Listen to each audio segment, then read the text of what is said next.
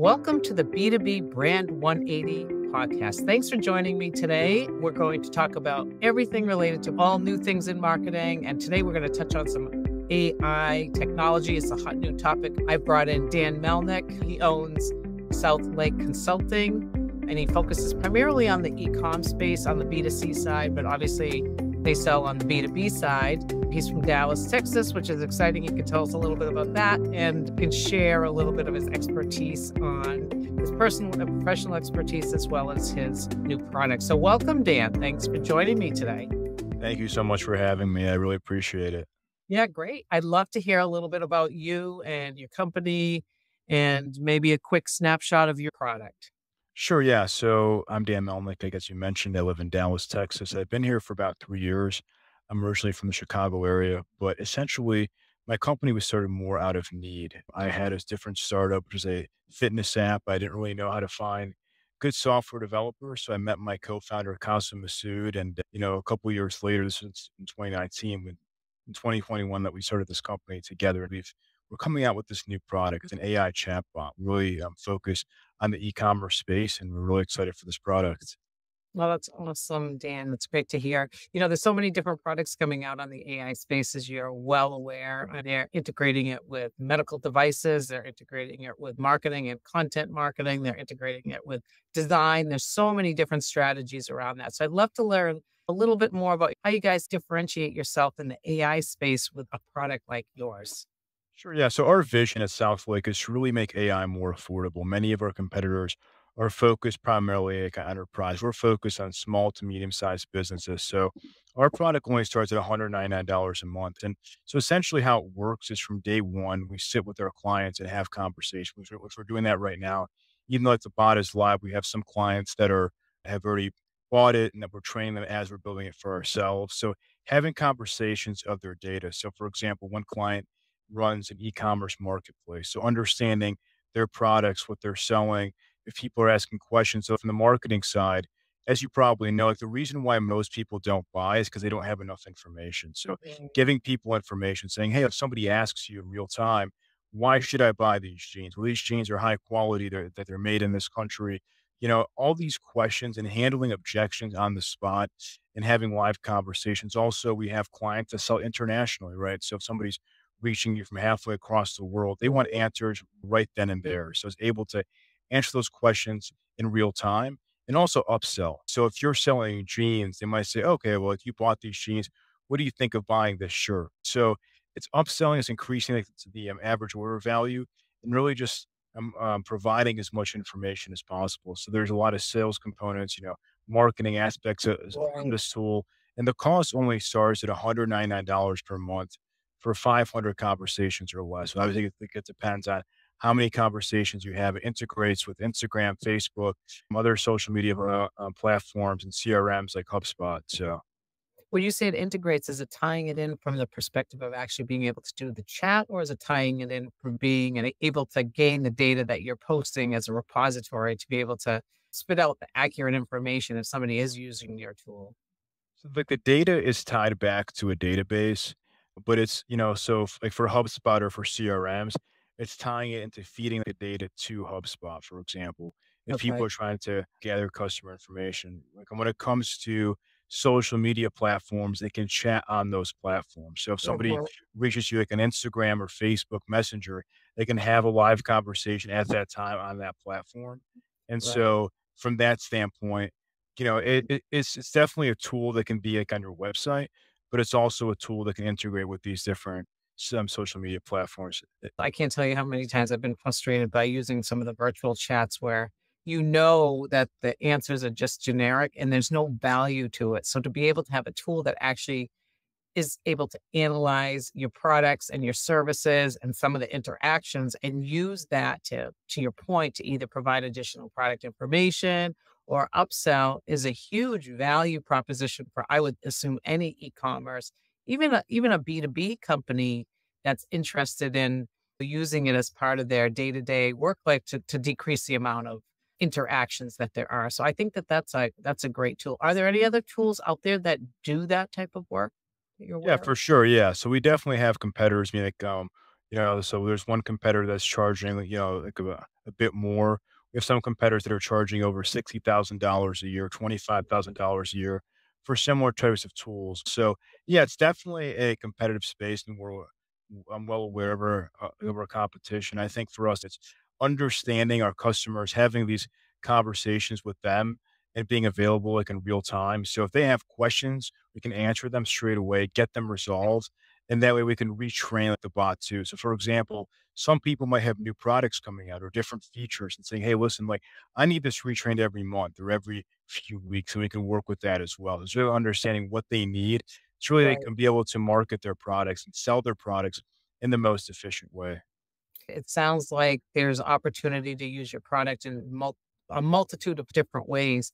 How would you, as far as use case scenarios are concerned, what is the ideal scenario to use your product? Would it be an e-com site that was selling some series or some product line and they want to cross sell more effectively, or is it something that maybe they like to integrate with other parts of their company? What would you say is an ideal use case for your product? I would say it's probably more like on a website. I mean, like in terms of e-com specifically, it's kind of the niche that we focused on. But I've had people reach out to me in different sectors, right? So I have friends of mine. I live in Dallas, Texas, and Dallas is a big hub for real estate. I have many friends in the industry, and they're like, I need this product for my property management. So we're definitely looking at different use cases in different sectors. Or for example, pest control. I think it's more of just a tool that can have like the best use case of a customer facing tool, even if it is B2B. We have some clients that are B2B. So it's just really making things as streamlined as possible. And like when I say B2B, it can definitely be a small business, it can be a medium sized business, even large Mhm. companies, because also many companies today are outsourcing their customer service Right. teams in a sense of you're talking to people overseas or they're only like, available to chat at certain times. This really minimizes like this friction. So if it's 3 in the morning, you can have a conversation right then and there and you can serve people no matter where they're located. Right, right, and it seems like there's just a huge opportunity for that, and especially it sounds like the price point is actually at a really good spot where even a smaller size company can take advantage of something like that and actually grow their business and see an ROI if there is, like I said, opportunity to upsell automatically without having to get a person involved. So I'd love to when I talk to AI experts, I'd love to get your insight on if we were to fast forward another 5 years, what do you see in the AI space? How do you see that being used in different applications? Can you give some or illustrate some examples of how you may share that information with the audience today? Yeah, I think one thing for sure is the humanization of AI. I think that it's pretty good and it's pretty humanized, but I've seen, for example, of AI tools being able to call people and say, "Hey, listen, I'm just following up. I wanted to reach out," or things like that. And so Mhm, I think the customer service role for sure is changing. I mhm. don't believe it's going to be quote unquote taking jobs away, but it's changing because you have certain things like cold calling or following up with people that many people just don't want to do. And you like have it on your calendar, like I have to follow up with this person. I just don't want to do it. But AI can help solve that problem. You can delegate it to an AI tool and it can really call. And I've seen clips of some tools actually being able to sell on the spot Okay, with an AI call, but I think one of the biggest challenges right now is essentially adding this human aspect of it, because if somebody's calling you and they sound like a robot, you can tell. I think it's you can exactly. so I think it's just making it more humanized for sure. I think it's also making it more high level. So for example, it can different applications. So if you're scanning things, or maybe there's more applications for robots. But I think once again, certain jobs Mhm. are not going away, and we're still very far away from, robots or AI replacing a lot of these jobs because there's still a human element and you still have to prompt it correctly. If it's not being prompted correctly, it's not going to give the right answer. So it's important to really Exactly. prompt it correctly and have that human aspect of it. Right. Yeah. No, I noticed that. Yeah, I would definitely chat in some of the other tools. I mean, I think you have to give it proper amount of you have to give it the it's always like, depends what information you feed in is really the information that comes out, right? So if that information that you feed in is validated and accurate, of course the information that comes out will be, equally as validated and accurate. And I think with some of these tools that we're talking about, it's important to keep that in mind because otherwise you're just guessing through this process. No, it sounds like it's a great tool for, frankly, like many different types of businesses. Are there other parts of an organization that could use that? I see it as a marketing and sales tool. Is it something that ops could use, or could it be used on the finance side, or is it mostly just outreach to current customers or prospects to try to help with the sales process? Yeah, I mean, I think this tool in particular is more focused on that. I think AI has use cases, for example, like, when it comes to finance, just streamlining the finance process. I think really taking some of these manual things in operations or finance of SOPs or typing up documents or things that we're spending a lot of time on, especially when you're an entrepreneur or a small Yeah, business owner. There's all these tasks. You have so many things. It's a never ending to do list, but it's taking those things and automating it, doing it for you like, in a good manner. So I think as time goes on, those things are gonna be much more streamlined and way easier. But I think as of right now, it's like it's still not there yet, and it's machine learning, right? So it's learning exactly. to Exactly. improve and it to be better, all these different I've seen so many different use cases, but, one thing I always tell people that everybody has to be aware of because there are many companies saying that they're AI or using AI. It's become this kind of buzzword, but not like I've met with people who have AI in their company, but there's no AI application. There's very minimal AI involved. So it's really important for people to understand also, like, just because somebody's saying AI, their company is not AI, doesn't actually mean Right. that they're using AI. So just everybody should be cautioned about that as well. What do you see as far as AI consideration and potential risks for using the product in the future, especially when it comes to, legal issues or policymakers and other things? Because, it's kind of relatively new, right? We're just kind of getting going and figuring this out. And, you know, the more something grows, the more people they want to get their hands in it. So I guess I'm just wondering, how would you envision some of that playing out in the future on the maybe the government side or the legal side or the policymaker side? For sure, yeah. I mean, I think that we've seen this already. I mean, there are certain companies like, I've heard stories of companies like Meta and Amazon firing people for Yeah. coding and Chat GPT because Chat GPT people have to I think it's like is open AI, right? It's not like Right. an LLM.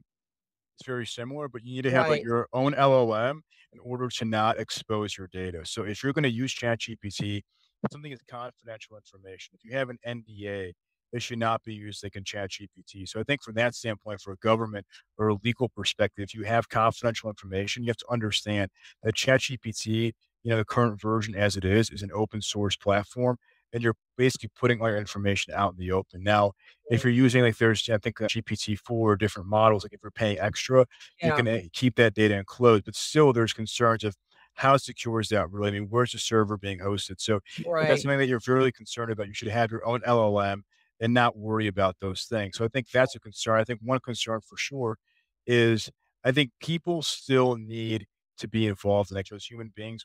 We have to be thoughtful and use AI as a resource, not as a crutch doing things for us. Mhm. No, that's a great point. I mean, sometimes, we utilize the tool and I think it helps build the foundation of what the final end product will be, but not necessarily be the exact end product.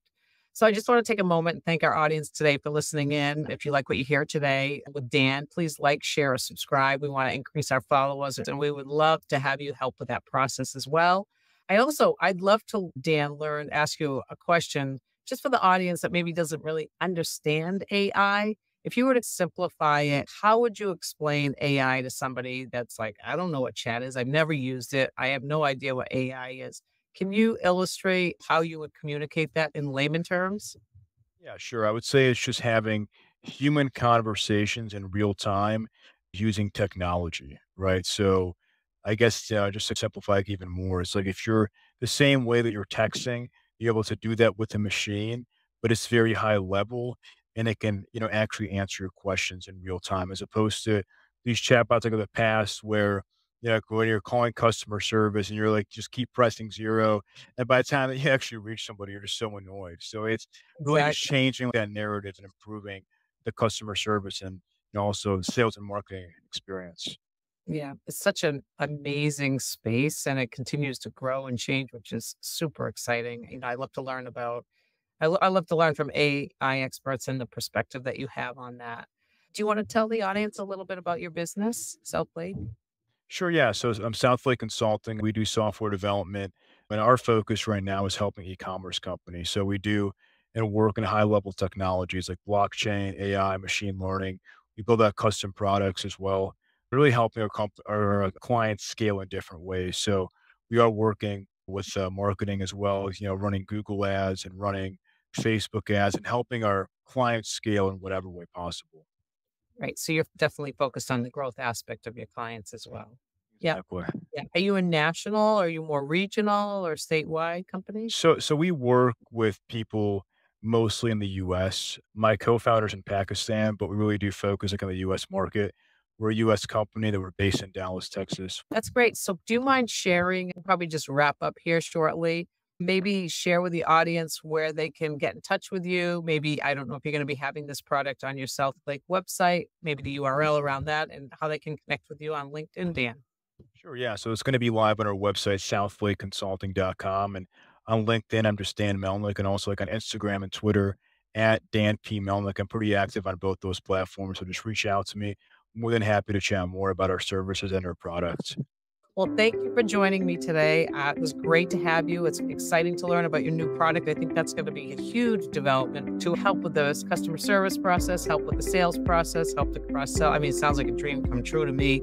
Thank you for joining me. And just a shout out to the audience. If you liked what you heard today, please like, share, or subscribe. And thank you so much for joining me on the B2B Brand 180 podcast. Thank you. Thank you.